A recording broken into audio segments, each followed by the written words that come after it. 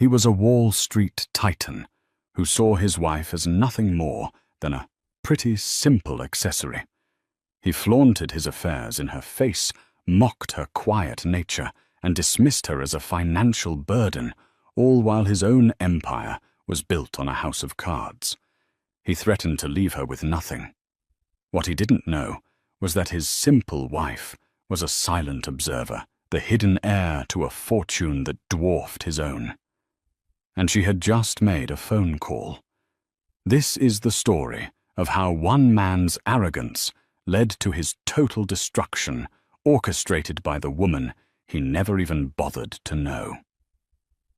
The air at the Metropolitan Museum of Art's annual gala was thick with the scent of money and tuberose.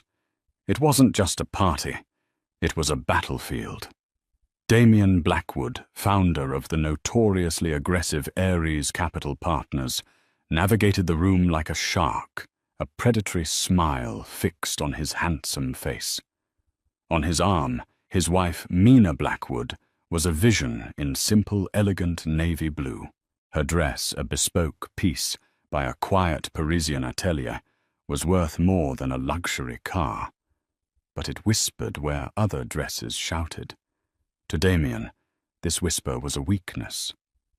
"Mina, darling, do try to look engaged." He murmured, his thumb digging into her arm just a fraction too hard. "Steven Schwartzman is watching. We're in the middle of the Sterling Aerospace play. I need you to look like a victor, not a librarian." Mina offered him a tight, practiced smile. "Of course, Damian. I was just admiring the new exhibit." "Admire it later." "Ah, Serafina." Damian's entire demeanor shifted. He released Mina's arm, turning his full 1,000-watt charm on Serafina Rothschild, an heiress with a razor-sharp reputation and a dress that left little to the imagination. "Damian, darling." Serafina purred, air-kissing him, while pointedly ignoring Mina. "I heard you're making waves, stirring up Sterling. How deliciously hostile." "You know me, Serafina. I don't just knock on the door, I take the hinges," Damian boasted. His hand found the small of Serafina's back, a gesture of casual intimacy that made Mina's stomach clench. Mina watched them, a silent ghost at her own husband's side. This was her life. She had met Damian 3 years ago, while she was working as an assistant curator at a small Soho gallery. She'd been using her mother's maiden name, Vance, but without the multi-billion-dollar conglomerate attached to it. She was just Mina Vance, the quiet, intelligent woman with a sad smile. He'd found her refreshingly pure, a respite from the gold diggers who usually clawed at him. He had married her for her simplicity. Now he resented her for it. He had no idea that her simplicity was a meticulously crafted fortress. She'd fled her world, exhausted by the sycophants, the bodyguards, and the crushing weight of the Vance Consolidated Holdings name. She wanted just once to be loved for who she was, not what she was worth. She had chosen poorly. As Damian and Serafina laughed, their heads bent close together, Mina saw Martin Damian's CFO approaching. Martin looked pale, his eyes darting nervously. "Damian!" Martin interrupted, his voice low and urgent. "We have a problem. A big one." Damian's smile faltered, replaced by a flash of irritation. "Not now, Martin. Can't you see I'm networking?" "It's J.P. Morgan," Martin whispered. They're reviewing our credit line, effective immediately, and that $2 billion commitment from the Carlyle Group for the Sterling deal. It's on hold. Indefinitely." Damian's face went rigid. "What? On whose authority?" "I don't know," Martin stammered. "The call came from the very top. They said, unforeseen market volatility. It makes no sense. The market is fine. Mina watched her husband. She saw the bead of sweat on his temple, the way his knuckles whitened as he gripped his champagne flute. He was leveraged to the absolute limit. Ares Capital was a predator, but a predator that needed to eat constantly. If the sterling deal fell through, if his credit lines were pulled, the entire house of cards would collapse. He turned to Mina, his eyes cold. "This is your fault," he hissed. Mina blinked, genuinely confused. "What, how?" "That charity luncheon you hosted, the one for the animal shelter," he sneered. "It's small time. It makes me look soft. People are talking. They see weakness." Mina's breath hitched. The luncheon had raised over $1 million. "Damien, that's insane. It was a distraction," he snapped. He plastered the smile back on as Serafina glanced over.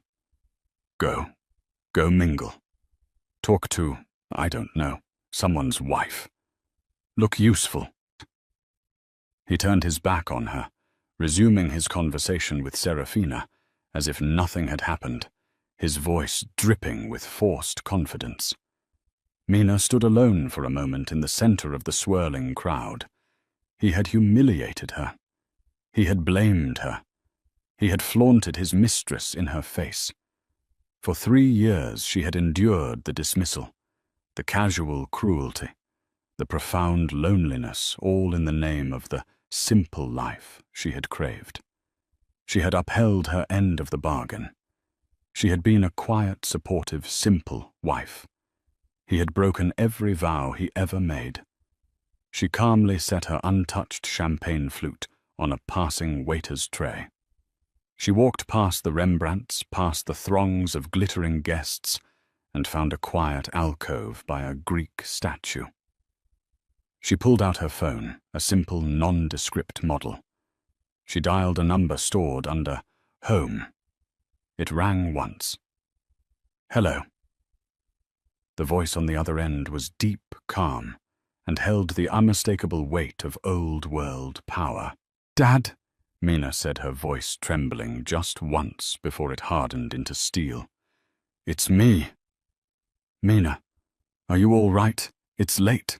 "I'm fine," she said, looking back across the hall at her husband, who was now laughing, his hand on Serafina's bare shoulder. "But I'm done.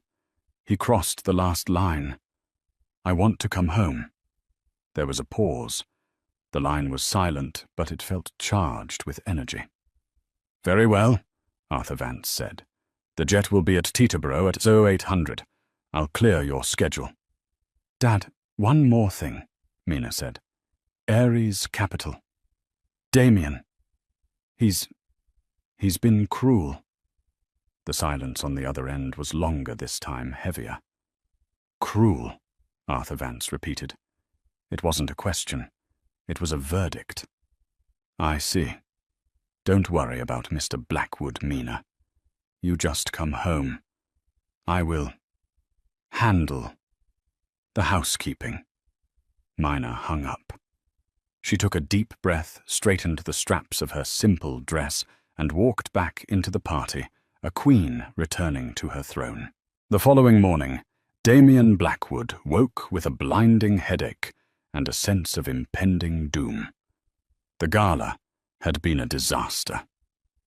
After Martin's news, his bravado had soured into aggression. He'd had too much whiskey and had ended up in a public argument with a rival from KKR, making him look desperate. He stumbled into the vast, minimalist kitchen of their Upper East Side penthouse. The apartment, all glass and cold white marble, had been his choice. Mina had once mentioned wanting a small, cozy brownstone in the West Village. He'd laughed at her. Mina was already there, sipping tea and reading the Financial Times. She wore simple linen trousers and a white shirt. She looked as serene as a mountain lake. It infuriated him. "You look pleased with yourself," he growled, ripping open the refrigerator. "I'm just reading the paper, Damien," she replied, not looking up. "Reading the paper," he mocked, "while my world is on fire. Did you know, JP? Morgan formally suspended our credit line at 6 a.m. 6 a.m. And Goldman Sachs is reviewing their position. It's a coordinated attack." He slammed the refrigerator door, his face mottled with rage. "This sterling deal. It was everything. It was the move that would have put Ares on the map permanently. Now it's dead. Dead all because somebody decided to pull the plug." "Perhaps the deal was too leveraged, Damien," Mina said quietly, turning a page. "I looked at the prospectus. Your debt-to-equity ratio was ambitious." Damien stared at her as if she'd just grown a second head. You looked at the prospectus. What did you color it in? Don't talk to me about debt-to-equity. What would you possibly know about it? Your only financial concern is how much you can spend at Bergdorf's. I rarely shop at Bergdorf's, Damien, she said, her voice still infuriatingly calm. That's the problem, he roared, slamming his fist on the marble island. You don't get it. The point of having money is to show it. The point of having a beautiful wife is for her to look like a billionaire's wife. You walk around in those rags. He gestured at her expensive minimalist clothing. Looking like a philosophy student. You make me look weak.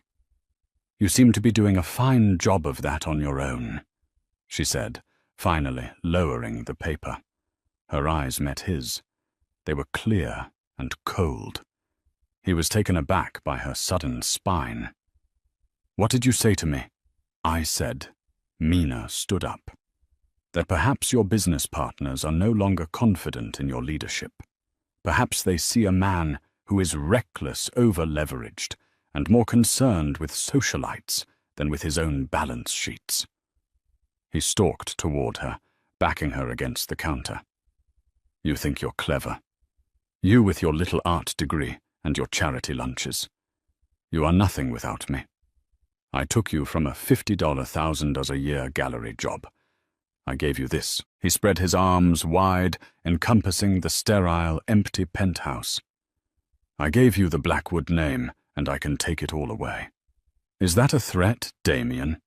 It's a promise, he sneered. Our prenup is ironclad.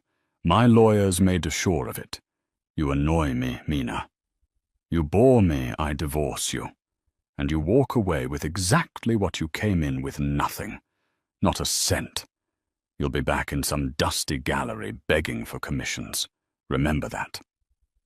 Mina looked at him, her face unreadable. I will, she said. I will remember that. Good. Now get out. I have calls to make. I have to try and save my company from the mess you probably started. Mina didn't argue. She simply picked up her tea, walked to the sink, and poured the remaining perfectly steeped oolong down the drain.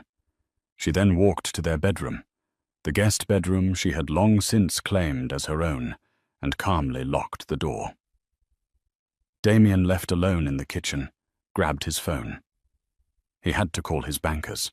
He had to scream, to threaten, to beg. His first call was to his contact at the Carlyle Group. It went straight to voicemail. His second was to his primary banker at J.P. Morgan. The man's assistant picked up. I'm sorry, Mr. Blackwood, but Mr. Harrison is in an all-day planning session. He is completely unavailable. Unavailable, Damien yelled into the phone. I have a $1 billion credit line with you people. You tell him to call me now. He left specific instructions not to be disturbed, sir, especially by you. The line clicked dead. Damien's blood ran cold. Especially by you. This wasn't a review. This was an execution. He poured a large glass of whiskey, his hands shaking. It wasn't even 10 a.m. He looked around the penthouse. The white marble suddenly felt like a tomb. He had built his empire on audacity and debt. He had always known that if one card was pulled, the whole thing would fall. He was so busy projecting strength that he never realized his greatest weakness was standing right beside him, silently watching him implode. Inside her room, Mina was not packing. She was on a secure video call. "The assets are being marshaled, Ms. Vance," said a stern-looking man on the screen. His background, a nondescript but clearly expensive office in Geneva. "We have begun the process of acquiring Ares Capital's outstanding debt from J.P. Morgan and Goldman. They were surprisingly eager to sell. It seems Mr. Blackwood's reputation precedes him." "Good Mr. Dubois," Mina said. She was now wearing a sharp, tailored blazer. "And the Sterling Aerospace play. Your father handled that personally." Dubois smiled faintly. "Vance Consolidated's European division acquired a 51% controlling interest in Sterling an hour ago. We paid in cash. The deal Mr. Blackwood was trying to build on leverage we just bought. The press release will go out at noon." Mina nodded. "He'll be desperate. He'll be looking for a lifeline. Make sure he finds none. I want every bridge burned, every well poisoned. By the time my father arrives tomorrow, I want Ares Capital to be nothing but a shell waiting for a new owner." "Understood, Miss Vance," Dubois said. "A pleasure to have you back in the game." "It's good to be back," Mina said, and closed the laptop. The news of the Sterling Aerospace acquisition hit the wires at 12:01 p.m. "Vance Consolidated Holdings acquires Sterling Aerospace in shock all-cash deal. Rival bid from Ares Capital collapses." Damien saw the headline on the Bloomberg terminal in his home office. The whiskey glass shattered in his hand. Vance Consolidated," he whispered, blood dripping from his palm.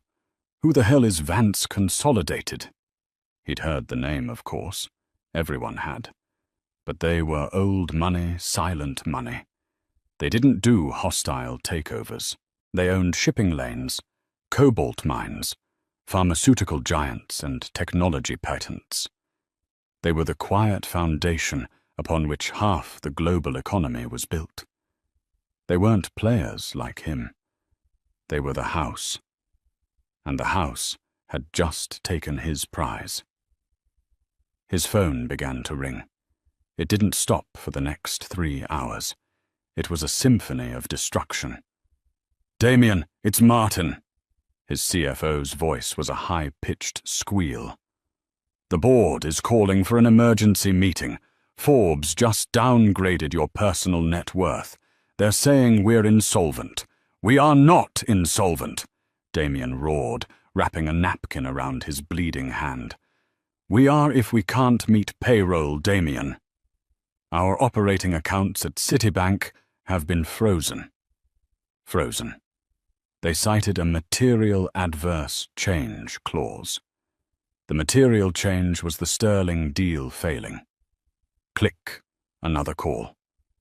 "Mr. Blackwood, this is legal counsel for the New York State Attorney General. We are opening an inquiry into Ares Capital's fiduciary reporting. We have received an anonymous but extremely detailed tip." Click. Another call. "Damien, it's Serafina." Her voice was no longer a purr. It was brittle. I think it's best we don't see each other for a while. My father, he said you're a pariah. I'm so sorry, darling." The line went dead. He threw the phone against the wall where it splintered. Cowards, all of them. He was trapped. He was hemorrhaging money and prestige with every passing second. The Sterling deal wasn't just a loss. It was a humiliation. Vance Consolidated had bought it out from under him like he was a child bidding for a toy. He needed a lifeline. He needed someone to blame. He stormed through the penthouse, shouting Mina's name.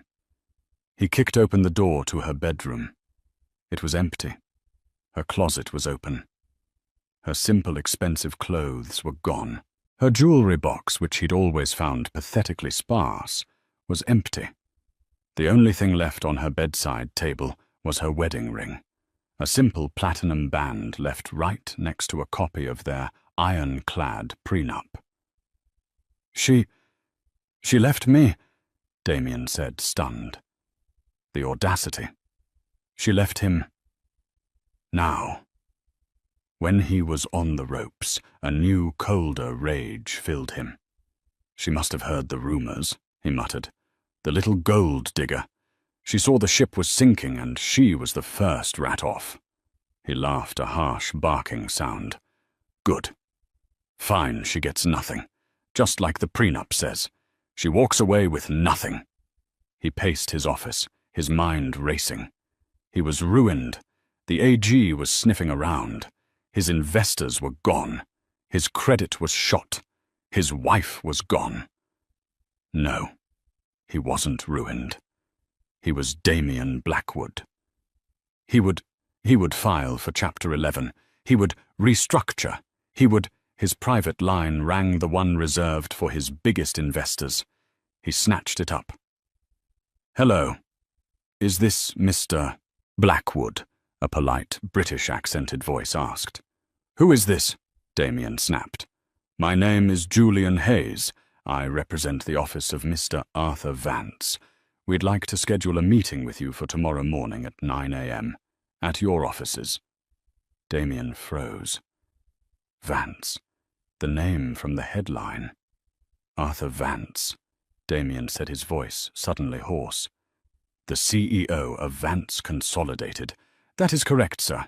Mr. Vance finds himself in New York and has a vested interest in the transition of the Sterling Aerospace assets.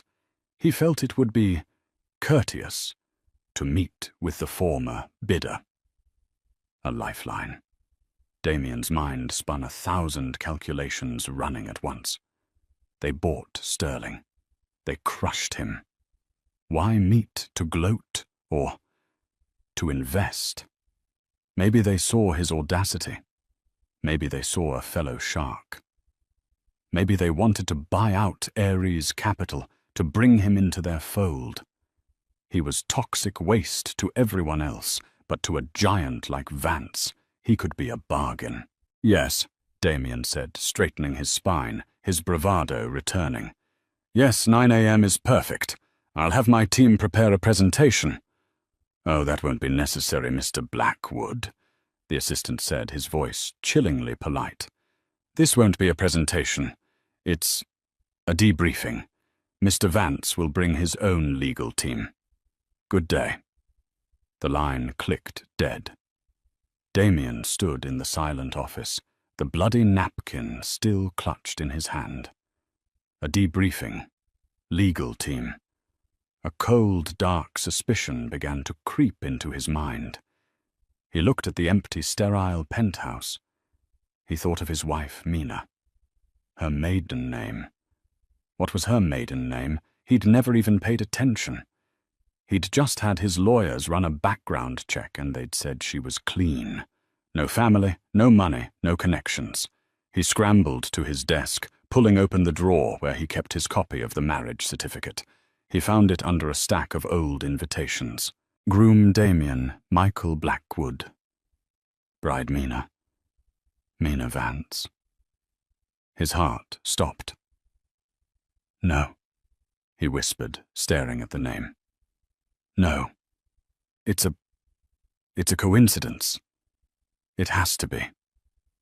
Vance was a common name, wasn't it? Like Smith. Or Jones. But he knew with a dreadful sinking certainty that it was not. He remembered her quiet confidence, her knowledge of his prospectus, her infuriating calm. He had called her a simple librarian. He had married the shark that was about to eat him alive. The offices of Ares Capital Partners, occupying the 48th and 49th floors of the Seagram building, were usually a hive of manic high testosterone energy.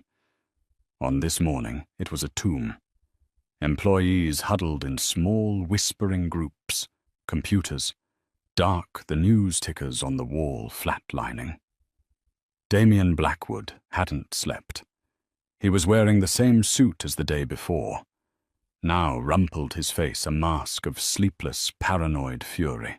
He had spent the night alternating between two frantic activities, trying to move his personal funds to offshore accounts, all of which were mysteriously frozen, and frantically Googling Arthur Vance. The results had only deepened his terror. Arthur Vance wasn't just a billionaire. He was a kingmaker, a shadow that moved governments. He didn't appear on Forbes lists because he owned the media companies that made the lists. He was photographed once a year at Davos, usually in conversation with presidents and Federal Reserve chairs. He was old money, quiet money, permanent money. And Damien had spent 3 years telling his daughter that her charity lunches were tacky. At 8:55 a.m., Damien was pacing his corner office, a vast expanse of glass overlooking Park Avenue. His CFO, Martin, was sitting on the $100,000 Italian leather sofa, nervously shredding a paper napkin. "He's here to buy us, Martin. He has to be," Damien said, his voice raw. "He's going to buy the company for pennies on the dollar. He'll want me to run it. He'll see my talent, my aggression." "Damien, the AG is downstairs," Martin said weakly. They're not asking to come up. They're just waiting, with boxes." "He'll handle that," Damien insisted, gesturing wildly. "A man like Vance. He makes one call, the AG disappears. This is a test. He's testing my nerve." At 8:59 a.m., the private elevator to the 49th floor chimed. Damien's assistant, pale as a sheet, buzzed him. "Sir, he's here." The doors to Damien's office slid open. It wasn't one man. It was 5. 4 of them were clearly lawyers. 2 from a top New York firm. Damien recognized the lead counsel from Wachtell Lipton, and 2 from what appeared to be an in-house team. They were all carrying thick, leather-bound portfolios. In the center was Arthur Vance. He was perhaps 60 tall, with a full head of silver hair. He wore a simple dark grey suit, but it was a bespoke Keaton K50. A suit that cost more than Damien's car, and took over 50 hours to hand-make. His shoes were gleaming John Lobs. He wore no flashy watch, just a simple Patek Philippe Calatrava. He radiated an aura of absolute unshakable power that made Damien's manufactured charisma look like a cheap party trick. "Mr. Blackwood," Arthur Vance said. His voice was quiet, but it filled the cavernous office. "Thank you for seeing us." Damien, trying to regain his footing, strode forward, his hand outstretched. "Mr. Vance, an honor, a true honor. Please sit." Arthur Vance ignored the hand. He walked past Damien and stood in front of the floor-to-ceiling windows looking down at Park Avenue. "Ares Capital Partners," Arthur said, his back still to Damien. "Ares, the god of war. How fitting. You've made quite a name for yourself, Mr. Blackwood. All smoke, all leverage, all noise." "I call it aggressive growth, sir," Damien said, his smile feeling brittle. "You call it what you like," Arthur said, turning. His eyes were the same clear, assessing grey as Mina's. They held no anger. They held something far worse, complete indifference. "I'm not here to negotiate a purchase, Mr. Blackwood," Arthur said. "You seem to be under the impression that you have something left to sell." Damien's blood ran cold. I don't understand. My company." "Your company," one of the lawyers interjected, stepping forward, "is currently in default on its primary credit lines to J.P. Morgan, Goldman Sachs, and Citibank." "That's a temporary liquidity," Damien started. "It's permanent," the lawyer said, "because as of 7:00 a.m. this morning, Vance Consolidated Holdings acquired 100% of your outstanding debt from those institutions. We bought your mortgage, Mr. Blackwood, all $14.7 billion of it." Damien stumbled back, grabbing his desk for support. Martin let out a small, strangled squeak. You bought my debt. You were trying to buy Sterling Aerospace for a 30% premium using leverage you didn't have," Arthur said calmly. "I bought it for a 10% discount using cash. Then I used my pocket money, as my daughter would call it, to buy your entire, over-leveraged, toxic asset-filled company. You see, the banks were thrilled to get it off their books. They know what the Attorney General is about to find in your servers." You tipped them off," Damien accused, his voice cracking. "We didn't have to," the second lawyer said. "We simply provided the documentation from our own internal audit, which we conducted as your new primary creditor. The evidence of wire fraud, insider trading, and market manipulation was extensive. You're a very sloppy bookkeeper, Mr. Blackwood." This is illegal," Damien shouted. "You can't just—" "We can," Arthur said, his voice dropping. "And we have. Ares Capital Partners is now a fully owned, distressed asset subsidiary of Vance Consolidated. Your board has been dissolved. Your executive team," he glanced at Martin, "is terminated. Effective now." Martin fainted. He slumped off the sofa and onto the floor in a heap. Neither Damien nor Arthur paid him any attention. Damien was hyperventilating. Why do this just for Sterling? It's business, I get it, but this is a destruction." Arthur Vance walked slowly toward Damien, stopping just a foot away. For the first time, a flicker of emotion crossed his face. It was cold, pure contempt. "You are loud, Mr. Blackwood. You are arrogant. You are crude. I find your entire new money operation distasteful, but I have divisions that employ men far worse than you. I would not have crossed the street to spit on you if you were on fire." He leaned in his voice, dropping to a whisper that cut through Damien's panic like a surgeon's blade. "But you made one catastrophic mistake." "What?"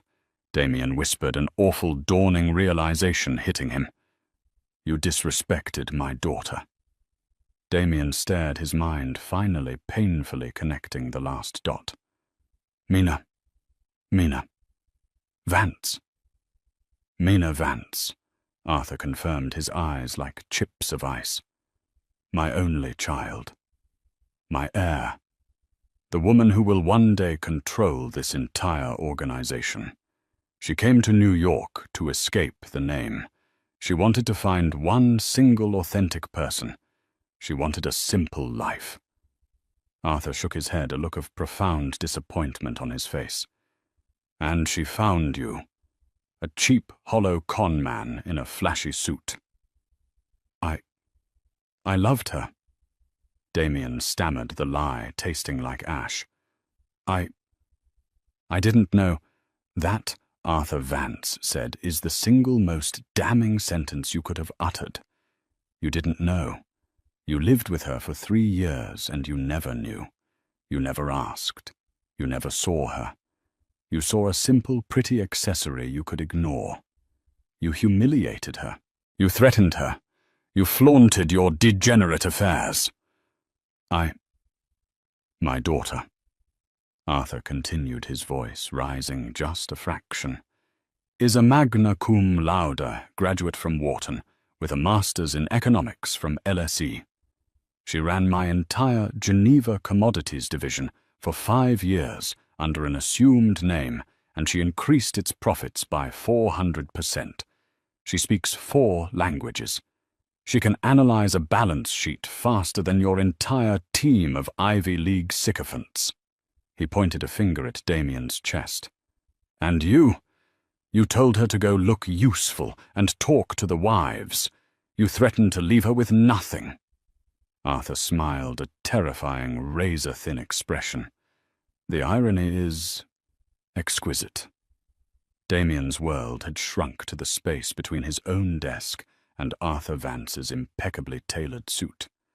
The sounds of the office, the distant crying, the chime of the elevator, Martin's low moans from the floor, all faded away. The prenup, Damien whispered, clinging to the last piece of wreckage. The prenup. It's ironclad. Wachtell Lipton drafted it themselves, he said, gesturing to one of the lawyers, who merely looked at him with pity. She gets nothing. What she came in with. She came in with nothing. Arthur Vance actually laughed. It was a short, dry, brutal sound. Mr. Blackwood, you are truly a fool. Please. He gestured to his own lead counsel. Mr. Hayes, would you kindly explain the terms you drafted for Mr. Blackwood 3 years ago? The lawyer, the same one with the British accent from the phone, stepped forward. Indeed. Mr. Blackwood, you came to our firm Wachtell Lipton with a request. You were, in your words, a self-made billionaire marrying a gallery assistant with no assets. You wanted, and I quote, an ironclad agreement that this girl can't touch a single share of Ares Capital. Exactly, Damien said, a wild hope in his eyes. She can't touch Ares. We drafted precisely that. Mr. Hayes continued, his voice smooth and surgical. The agreement which both you and Ms. Vance signed stipulates that in the event of a marital dissolution, each party retains 100% of the assets they brought into the marriage, and 100% of the assets acquired from their respective family trusts or inheritances during the marriage. All commingled property, such as this penthouse, which you bought with a joint mortgage, is to be split 50-50. So I keep Ares, and she gets half the penthouse. That's it. She's... Mr. Blackwood, you are not listening. Mr. Hayes said, his patience wearing thin. You brought Ares Capital, a highly leveraged, debt-ridden, and as we now know, fraudulent enterprise, into the marriage. It's worth billions. It was, Arthur Vance cut in. Now it's a liability, a shell, a criminal case, and per your own agreement, you get to keep it. 100% of it. All the debt, all the lawsuits, all the consequences. Damien's face went white. Mr. Hayes continued. Miss Mina Vance, on the other hand, brought her assets into the marriage. She had nothing. She had her name, Mr. Blackwood. She was and is the sole beneficiary of the Vance Family Trust established in 1923. At the time of your marriage, her personal liquid net worth, entirely separate from the main corporate holdings, was approximately $9.4 billion. Damien's legs gave out. He fell into his chair, his jaw hanging open. But the gallery. She was bored, Arthur said. She wanted to be near the art she loved. The gallery owner is her godfather. He paid her a salary so she could feel normal. her simple navy blue dress last night. It was a one-of-a-kind archival piece, her pathetically sparse jewelry. That ring she wore, a flawless 10-carat blue diamond. You thought she was simple because she was quiet. You mistook taste for poverty. You are at your core a hopelessly vulgar man. So she's rich. Yes, Damien. The woman you ignored is one of the wealthiest individuals on the planet, Arthur said. And per your prenup, you don't get to touch a single fabulous cent of it. You only get to keep what is yours. And what is yours as of 9:05 a.m. this morning is nothing. The finality of it hit Damien like a physical blow. He wasn't just losing his company. He wasn't just being divorced. He was being left with the smouldering crater of his own life while the woman he'd mocked was walking away with everything, because he had insisted on it. But this penthouse, he stammered, looking around. Half. You said half. I can sell.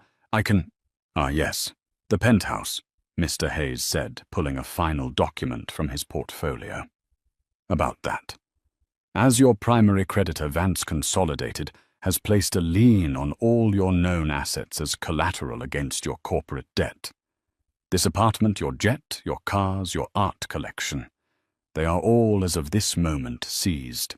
You will of course be given your 50% of the equity after the assets are liquidated and used to pay your creditors, namely us. The lawyer smiled. Given the extent of your fraud, I suspect your equity will amount to, let's see, approximately 0. Arthur Vance checked his simple Patek Philippe watch. Our work here is done. Gentlemen, please secure the premises. The AG's office will be handling the criminal component. The two in-house lawyers moved one to Damien's desk to secure his computer, the other to the still unconscious Martin. Wait, Damien shrieked, lurching forward. Please, Mr. Vance, Arthur. Please, I can apologize. I'll do anything. I'll beg. I love her. I didn't mean it. He fell to his knees, grabbing at the hem of Arthur's suit. Arthur looked down at him, his face a mask of utter disgust. He carefully plucked the fabric from Damien's grasp. You are correct about one thing, Mr. Blackwood. You will beg. But not to me, and not to my daughter. He nodded to the door. Two very large, very serious-looking men in black suits, men who were clearly not lawyers, stepped into the room. Mr. Blackwood is passing, Arthur said calmly. Please escort him from my building. He is to leave with only the items he has on his person. No! Damien screamed, scrambling backward. You can't do this. This is my office. This is my life. Mina, you can't do this to me. The security men grabbed him one by each arm and lifted him from the floor as if he weighed nothing. You'll hear from my lawyers, Damien shrieked as they dragged him across the plush carpet. They'll be speaking to our lawyers, Arthur Vance replied, already turning his back. And I suspect to the U.S. Attorney's office. As Damien was dragged past his assistant's desk through the stunned, silent bullpen, the glass doors of the elevator opened. Standing inside, flanked by her own security team, was Mina. She was not the simple, quiet wife from the gala. She was dressed in a razor-sharp, white Chanel power suit. Her hair was pulled back in a severe, elegant chignon. Her eyes as cold and grey as her father's met Damien's. She looked magnificent and terrifying. Mina! He cried, his voice breaking. Baby, please, stop this. It's a mistake. I love you. Tell them I love you.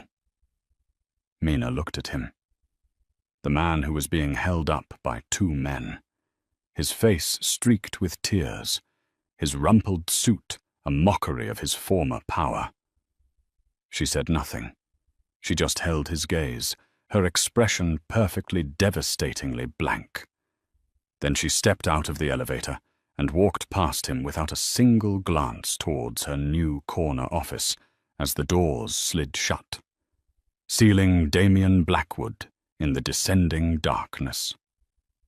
Mina Blackwood, or as the world would now know her. Mina Vance walked onto the 49th floor trading floor. The remaining employees, the ones not immediately implicated in Damien's fraud, stood frozen, watching her. She walked directly to the head of the vast, silent room, her father following a few paces behind. She stood on the small dais that Damien used to use for his aggressive Wolf of Wall Street-style motivational speeches. "Good morning," Mina said. Her voice, no longer the soft murmur she'd used at home, was crisp, clear, and carried across the room. It was the voice of a CEO. "My name is Mina Vance. As of 9:00 a.m. this morning, I am the acting CEO of this entity. Ares Capital Partners is being dissolved. Its name, its reputation, and its toxic practices are being buried." She paused, letting the finality of that sink in. "Vance Consolidated is not in the business of hostile leverage or fraudulent accounting. We are in the business of building value. We have acquired this firm's assets and its debts for one reason: to salvage what is worth saving." She looked out at the sea of terrified faces. "Most of you are analysts, traders, and support staff. You are also victims of Mr. Blackwood's ego. You have two choices. You can pack your desks and leave with the severance package our legal team is currently drafting. It will be adequate." She leaned forward slightly. "Or you can stay. You can work for me. We will be forming a new division, Vance Strategic Opportunities. It will be based on real analytics, real value, and zero tolerance for the kind of behavior that brought this house down. You will work harder than you ever have before, and you will be held to a standard you have never been held to before. But you will be building something that lasts." She scanned their faces. "The U.S. Attorney's Office will be conducting a full investigation. Anyone found to have been complicit in Mr. Blackwood's activities will be handed over to them directly. We do not shield criminals. However," she continued, "anyone who comes forward today with evidence of wrongdoing, evidence that aids our internal audit, and the government's investigation will be given full immunity by Vance Consolidated and our full-throated recommendation for leniency to the AG. We value honesty, even if it's late." Within seconds, a junior partner at the back of the room raised his hand, his face pale. "Ms. Vance, I have something. A hard drive. Damien. He had a secret ledger." Mina nodded to one of her lawyers. "Mr. Hayes, please take Mr. Miller, John Miller. Take Mr. Miller's statement. He is the first to do the right thing. He will be remembered for it." A visible wave of relief and calculation passed through the room. Suddenly, 3 more hands went up. The dam of loyalty had broken. Mina had just dismantled Damien's cult of personality and replaced it with a new, terrifying and deeply appealing order competence. Arthur Vance watched from the sidelines, a rare, faint smile of pride on his face. He had come to destroy a company. His daughter had just salvaged it. Meanwhile, Damien was unceremoniously thrown out of the building's front lobby onto the sidewalk of Park Avenue. The security guards tossed his briefcase, which he'd left by the door, onto the pavement after him. It burst open, scattering useless papers into the wind. He was on all fours, gasping when the first flashbulb went off. "Mr. Blackwood, is it true Ares is insolvent? Damien. What's your comment on the Vance acquisition? Is it true your wife is Arthur Vance's daughter, A horde of reporters, clearly tipped off, descended on him. He was trapped. He tried to stand to regain some dignity, but he was a wreck. His suit was torn, his hand was caked in dried blood, and his face was a mask of sheer, unadulterated panic. "No comment. Get away from me," he stammered, trying to push through them. He stumbled down the street, a pathetic, hunted figure. He reached into his pocket for his phone to call a car, only to realize it was still shattered in his penthouse office. He fumbled for his wallet. He had his Amex black card. He tried to hail a cab. Take me to the Carlisle," he told the driver. He got in, and the driver looked at the card reader. "Sorry, pal. Cards declined." Damien stared. "Declined. That's impossible. Run it again." "I did, buddy. It's declined. Says account frozen. You got cash?" Damien's wallet had $23 in it. He looked at the driver, his mind collapsing.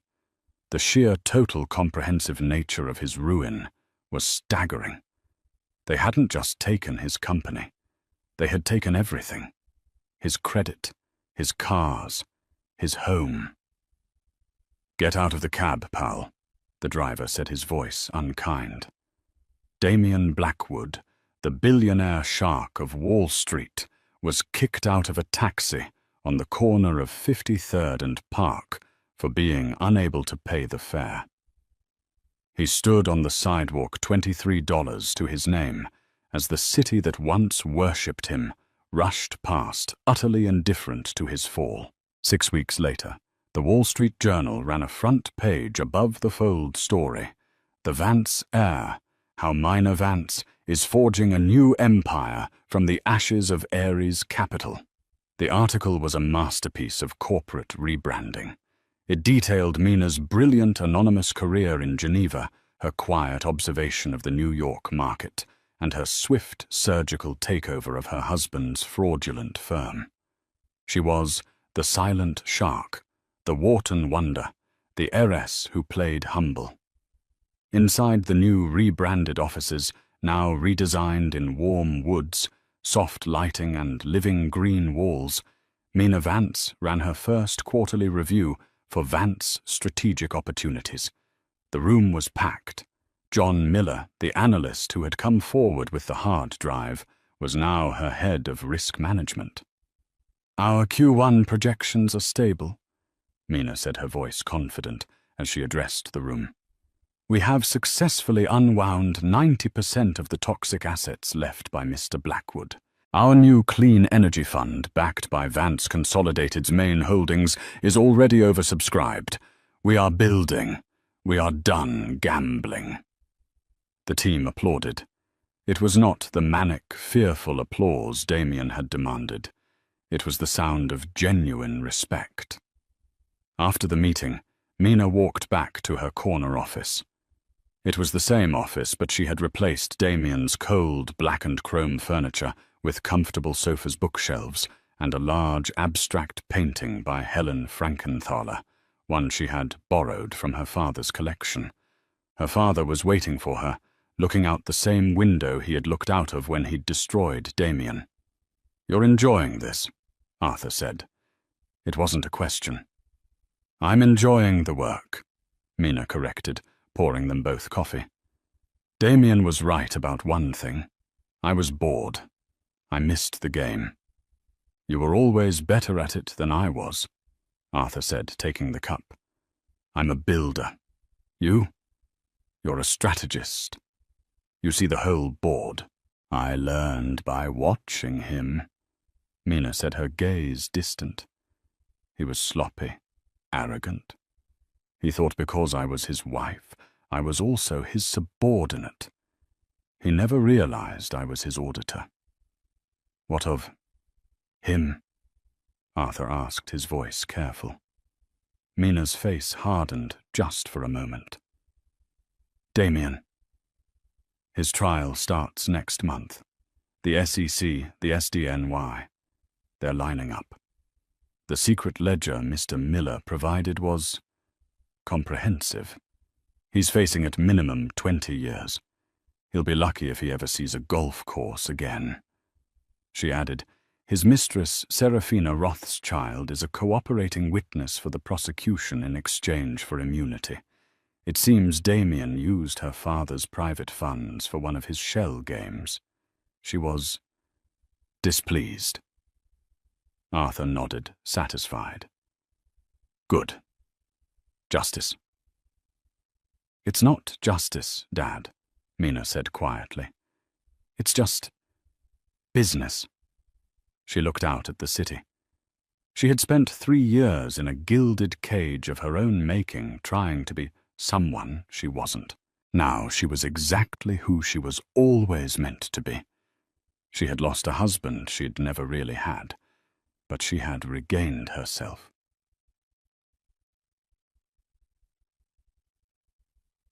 The final scene of Damien Blackwood's public life was not in a courtroom. It was 2 days later at a pre-trial hearing.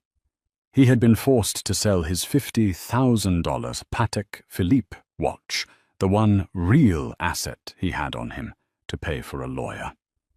The lawyer was mediocre. Damien sat hollow-eyed and thin in a cheap off-the-rack suit. He looked like a ghost. As he was being led out, a New York Post reporter ambushed him. Damien, one question. After all this, after losing everything, what do you have to say to your wife? Damien stopped. He looked into the camera. The old arrogant fire was gone. All that was left was a hollow, desperate shell. He knew she would see this. He knew she would be watching. Mina, he whispered, his voice cracking. I'm sorry. I didn't know. The camera zoomed in on his face, a pathetic epitaph. He didn't know. Back in her office, Mina watched the clip on her computer. Her father stood behind her. Do you believe him? Arthur asked. Mina watched the broken man on the screen, the man who had mocked her, threatened her, and ignored her. She clicked the mouse, closing the video window. It doesn't matter, Mina Vance said, turning back to her work. He's irrelevant. A year passed. The name Damien Blackwood was now a cautionary tale, whispered on Wall Street, a byword for a catastrophic, hubristic fall. He had been found guilty on 14 counts of wire fraud, securities fraud, and racketeering. The secret ledger had been his undoing. He was serving a 25-year sentence at the Federal Correctional Institution in Otisville. He had no visitors. His friends had vanished. His family, embarrassed, had disowned him. He had truly, as his own prenup dictated, been left with nothing. The Vance Strategic Opportunities Fund, under Mina's leadership, had become one of the most respected new firms in New York. Mina hadn't just cleaned house. She had built a new one on a foundation of steel. She was ruthless, brilliant, and fair. She was also, for the first time in her adult life, truly content. She had finalized her divorce 6 months prior. The proceedings had taken less than 15 minutes. Per the prenup, she had retained her multi-billion-dollar trust, and he had retained his multi-billion-dollar corporate debt, which was now the property of the U.S. government. She still lived in New York, but not in the cold marble penthouse. She had bought the small, charming brownstone in the West Village she had always wanted. It was filled with books, art, and warmth. She was dating, though, with extreme caution, a literature professor from Columbia, a man who knew exactly who she was and was far more impressed by her knowledge of 19th century poets than her stock portfolio. One afternoon, Mina was in her office when her assistant buzzed her. "Miss Vance, there's a letter for you. It's from Otisville."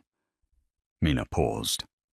"Send it in," The letter was on thin prison stationery, the handwriting messy, almost childlike. Mina, I don't know if you'll read this. They say I have to show remorse to get parole in 15 years. I don't know what remorse is. I just know I'm cold, and I'm scared. I think about that first day, at the gallery. You were so quiet. You were wearing a yellow dress. I thought you were real. I thought you were the one good, real thing in my life. But I was the fake one. I see that now.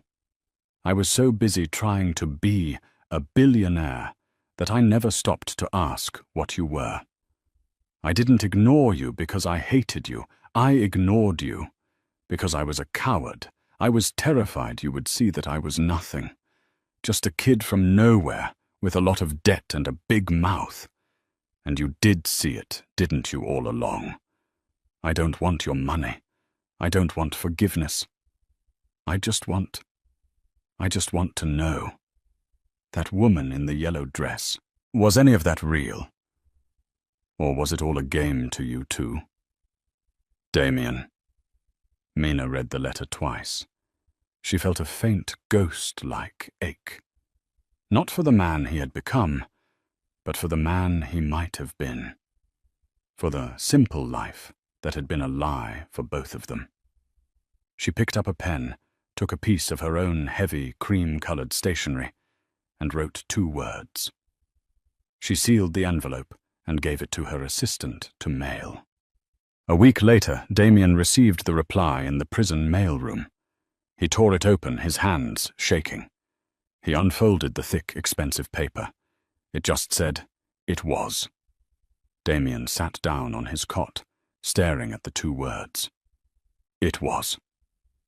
It was real. The quiet life, the gentle smiles, the hope it had all been real. And he, in his arrogance, in his blind, stupid quest for more, had personally, methodically destroyed it. He had been given the one authentic thing he cradled, and he had ground it to dust because he was too ignorant to see its value. That he realized was the true prison. The 25-year sentence was just a consequence.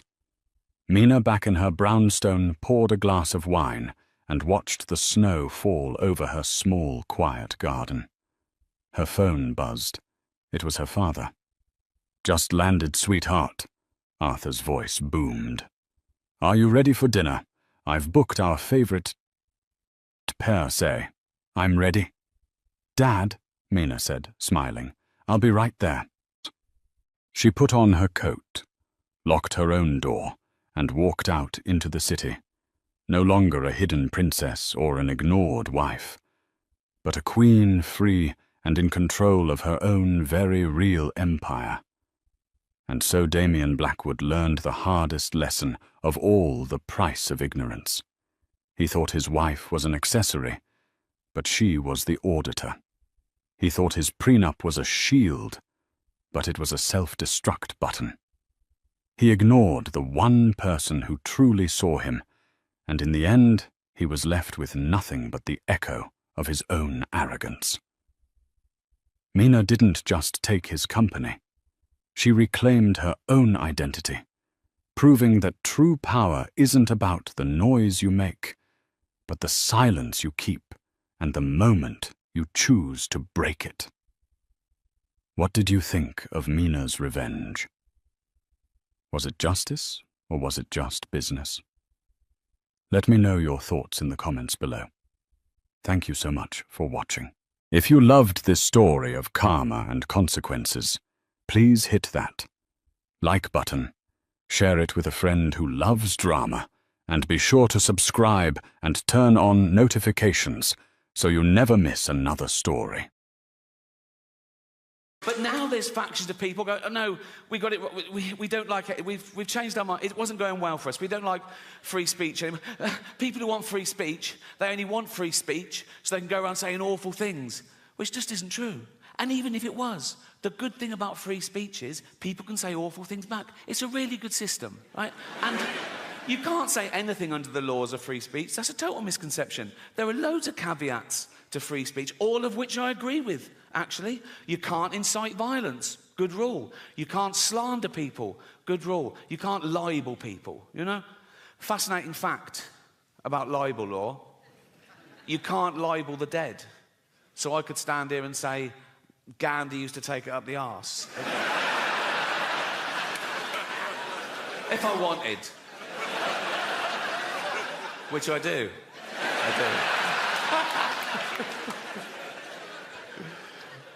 But free speech is the most important human right there is. It's the right from which all other rights come. Without free speech, you couldn't have human rights, you know, and we've got free speech, in theory, in this country, for a little while longer.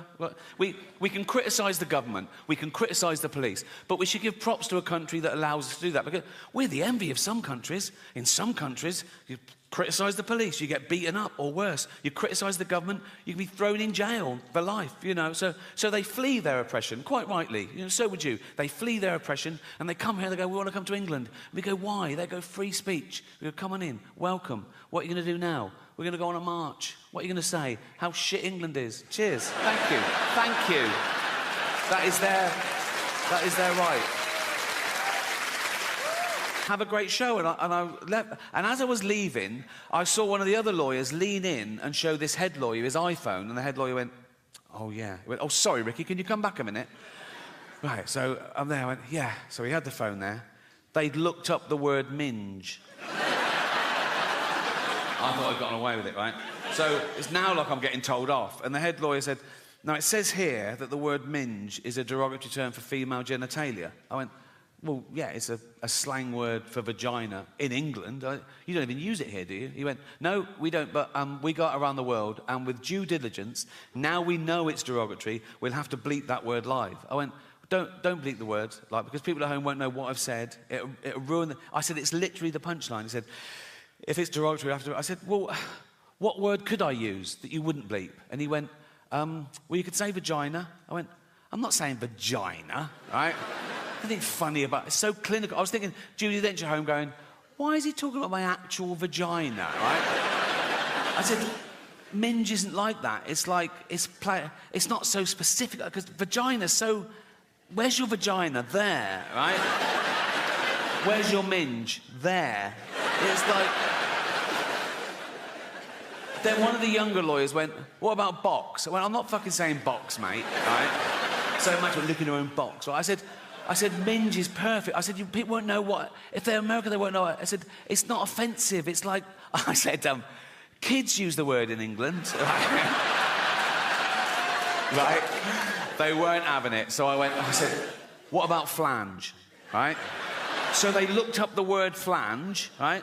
And he went, well, that'd just be confusing, because in America, a flange is a part of a sink unit. I went, oh, well, I said, please let me say minge and don't bleep it. I was really rooting for minge. Right?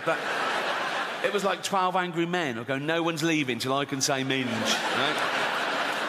And after about 10 minutes, I wore them down. Whatever they said, oh, that won't work. So I was going, please. I said, I'll write them. You won't get any complaints and all this sort of... And eventually, the head lawyer went,